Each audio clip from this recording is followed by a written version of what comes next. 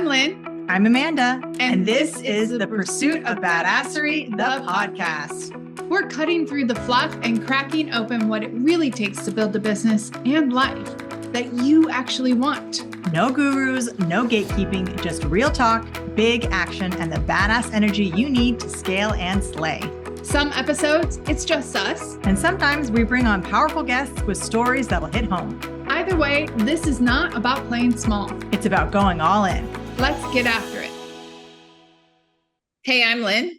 And I'm Amanda. Welcome to the Pursuit of Badasserie, the podcast. Today, we're talking about building your business using recurring revenue and what that looks like and what it should look like for your business. Absolutely. I love recurring revenue. All I can think about is when we opened up the security business back in Hawaii. And this was, I think, my first taste of really recurring revenue in a business that I created. And there's a couple of things, I'll give some stories later, but that make recurring revenue like your golden child. One is when you have recurring revenue, that's like a guaranteed every single month. So when you can start to build that and it can compound pretty quickly, like that's like, you know, that's in the background, like that's happening. And it might be small little amounts or big amounts. It depends on like your business model. And so when you go out and make a new sale or go and do, you know, bring on a new client or whatever that is, like that's just added bonus. So creating a recurring revenue that, as you like to say, covers your nut and a little bit more, that gives you the ability, a little bit of breathing room and freedom, but also like, it's there in the background. I mean, there's so many different things and so many businesses can be on recurring revenue. And actually I had a thought too, when we decided to do this, is that for me, like affiliate marketing is almost like a recurring revenue as well, like a version of it where you have maybe small amounts that are coming in on a monthly basis, but it has a very much recurring revenue feel, a lot of it to it, because maybe you get $5 a month from this particular person because they bought this, and maybe that adds up. And so that way you have 50 clients, then you have $250 a month, and then so on and so forth. Like, yeah. Oh, absolutely. I mean, the predictability and the scalability and the stability is really what you want from recurring revenue. I think one of the biggest killers of businesses is cash flow, and recurring revenue creates consistent cash flow. That's really what you need to get your business to stay alive. And it makes it easier to forecast your income and plan for expenses. If you have a big expense coming up, or you want to, let's say you want to buy more equipment, or you want to upgrade a software system, if you know you have a big expense coming up and you have recurring income, you can predict how much or how little you'll need in order to hit that number when you have a big expense coming. It's why, you hear people say a lot, like the membership or subscription, auto draft subscriptions, the Netflix, the Audibles, all those things. Those are the cash cows, because people will use them and maybe they forget about it, maybe they don't, but recurring, it's always going to be hitting your bank account. And so, I mean, a lot of businesses actually build their model around people not using those subscriptions. I'm talking to you, the fitness industry, the big giant box gyms, they are actually hoping their whole model, why they have memberships that are so cheap, is that they're hoping you forget. And then you'd be like, oh, it's just like $20. Like, yeah, sure, I'll go to the gym this month. And like, they're actually kind of hoping you don't, because that's how they build their money. That's how they get the most use out of the same equipment. There's a reason why it's stuck around so long, because it does really work for creating cash flow in your business. I chuckled because I've been out of country for a month and I'm still paying my membership, but I have to because it's a contract. And so it's interesting because I love that you started to kind of tap into the psychology of it as well. The other aspect, if it's small amounts, people can justify keeping it, right? So like the Netflix, oh, I might use this. It's kind of like the person who has the junk drawer because you might use it later type of thing, or keep in that box. It's the same thing for subscriptions, because people are like, oh, it's only $20 a month. That's not a big deal, until they start doing the math. And I will say people have gotten a bit better about it. Like it's a bit more talked about like looking at what all your subscriptions are on an annual basis or quarterly basis at somewhere in between to start to make a decision and wean off. But it's so easy to kind of keep them at that too. And I will say too, forget who it was. I was just talking with somebody not too long ago, and they're like, "Ooh, I'm never going to cancel because I have the original plan." It might be you because you have a lot of original plans. I'm never canceling Netflix. I'm grandfathered in. It's like $5. Yeah, exactly. And we're not saying like to get over on people, but that's the psychology also of like the smaller reoccurring revenues. And I think that, you know, especially in the coaching consulting world, of those who charge a higher amount, but they do monthly payments versus a big lump sum too, that is a reoccurring. It's just in a shorter bucket, in a shorter container. And so when you can have multiple tiers of, that's why a lot of people went to memberships, right? That do service-based type of businesses, or like community kind of things, membership, but it's still a membership where they just pay a little bit a month, because that can add up so quickly. Like you said, I love that you said that. It gives you the stability. And the thing I want to jump to with the stability, I know we're kind of jumping around, is this helps actually with investors and evaluations on your business. And certain businesses are sold based off of their, like my security company was sold based off of my reoccurring, so my monthly client base versus like the whole of what I do. And it absolutely increases the customer's lifetime value and the potential for that value. So when you are selling a business, suddenly that client who, you know, maybe only spends $30 a month, they're not worth $30. They're worth the average lifespan of a client. So maybe it's 18 months, maybe it's 2 years, however long the average length of time your client is stay on. That's how much they're worth from a business perspective when selling a business. So it really, talk about subscriptions. I must have like 1,000 different subscriptions, and I go through them every month and I'm like, which ones are worth keeping, which ones aren't? When it comes down to it, when you think about the psychology behind a subscription model, is most of the time you can justify it. Like, oh, well, I do use this for business here and I use this for here. I mean, mine are almost all business related. But then when you look at like entertainment ones, there is that, oh, well, maybe sometimes I'll use it, sometimes I won't. And if you're smart, and if you have a recurring revenue stream, if you have a subscription model, you will be smart with the way that you make people cancel, because when you have them cancel, you actually make them feel a little bit guilty for canceling. I mean, I remember the first time this happened to me was when I was 11 or 10 or 11, and I was on a subscription base paying for my violin lessons. And when I wanted to quit violin, he was like, well, actually, is this something you really want to do? Because if you quit now, you know, you're not likely to start again. And then you'll never be a musician. Like you'll never amount to anything is basically what they told this impressionable little 10-year-old. So I'm like, okay, I want to stay doing lessons, even though I only practice my violin like twice a month. It psychologically will get you. And when you have these subscription models, even when you cancel, there's a bit of like, are you sure you want to do that? Because if you come back, you're going to come back at a higher rate. And maybe you just want to pause. Maybe you'll just take a pause for a month, and that's only $5 to hold your pause. Those things trickle up and you forget about it. And it's, how many times have you signed up for the free weekend on Cinemax and then you forget to cancel before the weekend's up? And then it just sits a recurring revenue. Like, how many times do you do that? That's part of the model. That's part of the psychology and part of the way people make money in business. Yeah, Zoom got me on that one. I didn't realize I was paying for something, and that's my own fault. But, you know, I love that you talked about the guilt side. It's also an upselling side. I want to clear up a couple of things too, is that retention, having people on reoccurring helps with retention. I mean, the numbers have varied, and I don't know if it's changed, but the last time I saw it was like 5 to 7 times cheaper to keep a client than it was to find a client. And that might be different now. Like that was back in the day. And so when you keep them on retention, it's easier to upsell them. It's easier to get referrals from them. You have more of a pool because people know you already built the know, like, trust. But if they try to cancel, it's also an opportunity to say, hey, like, I can add this on, I can add this on. So it's also an upselling way to say, you know what? And really, you should be proactive about even maintaining your reoccurring people. You shouldn't be waiting until they're trying to cancel. You should be still up-leveling their value that they're in there, making sure that you're touching base, that they're unless you're Netflix. They're not just another number. And Netflix is an easy example because it's just like a massive conglomerate. But look at like Amazon Prime, like them adding a tier membership to it, man. I mean, they're making a killing off of that. A killing. And that's just, I don't think that that's extra money out of their pocket. Maybe shipping, but that's like nothing.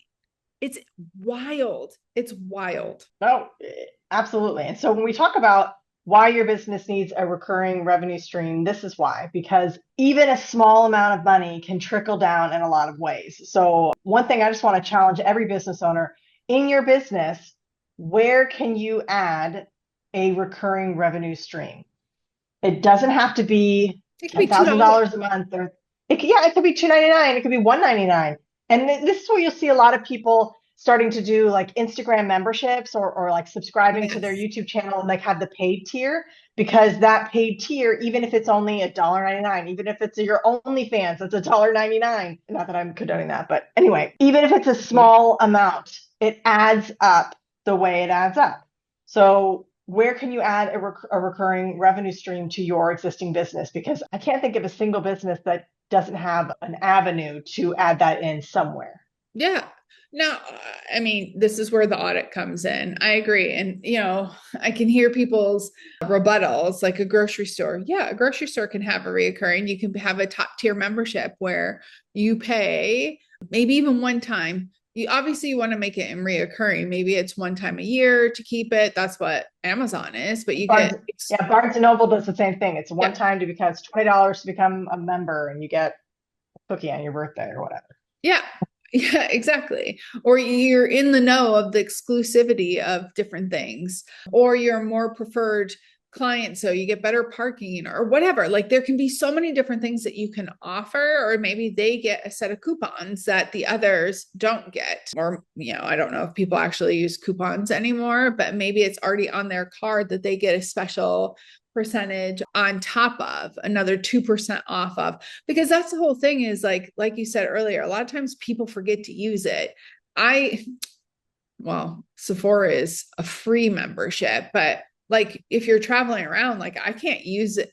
I can't use my Taiwan in Malaysia to build points. I can't use my Taiwan in Starbucks. I can't use my American Starbucks in Bangkok. I can't use my Bangkok Starbucks in KL. But we do it, and there's benefits to it. I know we were talking about free ones, but still, like auditing, figuring out where you can have like something that's a bit more of a subscription, even if it's inexpensive, offering bonuses, whatever that is. I'm telling you, it can compound so quickly. I will say too, you know, as we're talking about this, is like, you know, I love my sticky notes, is kind of map it out. Like when you're auditing, what are all your offers? What are all the things that could you possibly do underneath like a membership or a subscription, and kind of flush it out there. So that way, eventually, maybe you can even do tiers. So doing a mirror board or a post-it kind of party might help you with this step. Absolutely. And there's so many different levels or tiers, as you'll say, to membership models. I mean, if you think about the way a museum or a zoo does it versus the way Netflix or Amazon does it, or versus the way a gym does it, there are nuances that are similar and there are things that are separate. And that's because each business can kind of choose what the heck they want to do. Like you don't have to do it the exact way that somebody else does. And I've got plenty of clients who might even have just a virtual subscription where they have a virtual thing that is allowed through subscription, or they have access to content that already exists. Like they have a bank of content. And so they give a subscription and people have unlimited access to that bank of content rather than them trickling it out over the year, you know, or over the course of 5 years, because they've been doing it for forever. So there are lots of ways to even repurpose existing things that you have and turn it into a subscription model. Now, I think one of the things that a lot of people question is, like, what is the value? What am I charging for that? Particularly if you work in an industry that isn't, like, for example, in the fitness industry, people are used to a membership model. I think that's been around for forever. And going to a zoo, people are used to a member versus a drop-in. Like People are used to that model. So if you are in an industry that doesn't have that, sometimes it can be, there can be the question of like, what do I charge for a membership model? What does that look like? And it really comes down to value. Like, what will your people pay? What is the value of what you're offering and what will they pay? And I know this has come up a lot in the last couple of weeks for me, is you can change that price. Just because you said it's $1.99 doesn't mean it's $1.99 forever. You can change it whenever you want. You are the owner of your own business. So if you decide 6 months down the road that it's really worth $5.99, then that's the new price. If it's worth $109, then everybody else got grandfathered in, or they got the inaugural price, or they got the founder's rate, or they got the intro special, whatever you want to call it. You can change the price. You can change your prices whenever you want. You can lower your prices if it feels like it was too expensive. You can lower your prices. Do what you want. It's your business. Absolutely. I think, I mean, we're getting into kind of like the launch and like the structure of it, but I agree with you. I mean, look at you. You have the $5 Netflix that you were grandfathered in, and that's a good way, but it is how you position it, is how you build the value, regardless if it is a business who kind of leans towards it or doesn't lean towards it. I would say for businesses that already have subscription base, how can you increase that? Like the fitness, the security company and stuff like that, and running different programs, increase that reoccurring revenue. Because a lot of times we're looking at just going after that next sale or whatnot, but can we maximize our reoccurring revenue as well? I think that is a big thing to look at.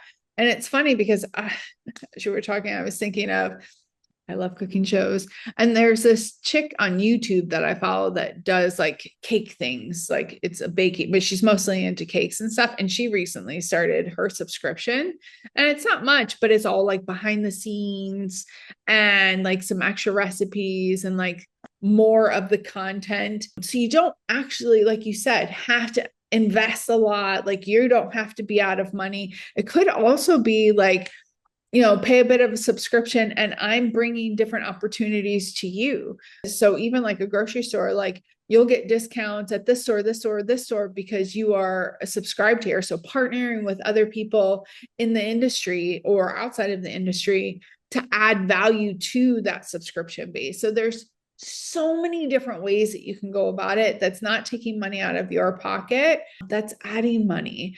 But if you do not have some kind of reoccurring revenue aspect in your portfolio of income, diversification income, then you really need to think about it, because that's where it is. The ones that you can absolutely have for a long term naturally are they'll be typically smaller amounts, but if you build that, if you have 200 clients paying $100 a month, that's 20 grand. That's up. So I think my math, right.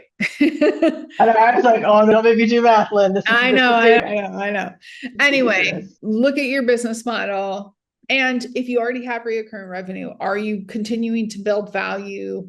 Are you continuing to make sure that they're taken care of as well and not forgetting about them because they're on this like path of reoccurring? And I'm not saying just like, for example, an online creator who has a membership and they go in per what they said and they're just going through the motions. Well, that's not going to keep them going. Like you need to keep it exciting, keep adding value to it. And again, it doesn't have to cost you money to do this. Absolutely. Absolutely.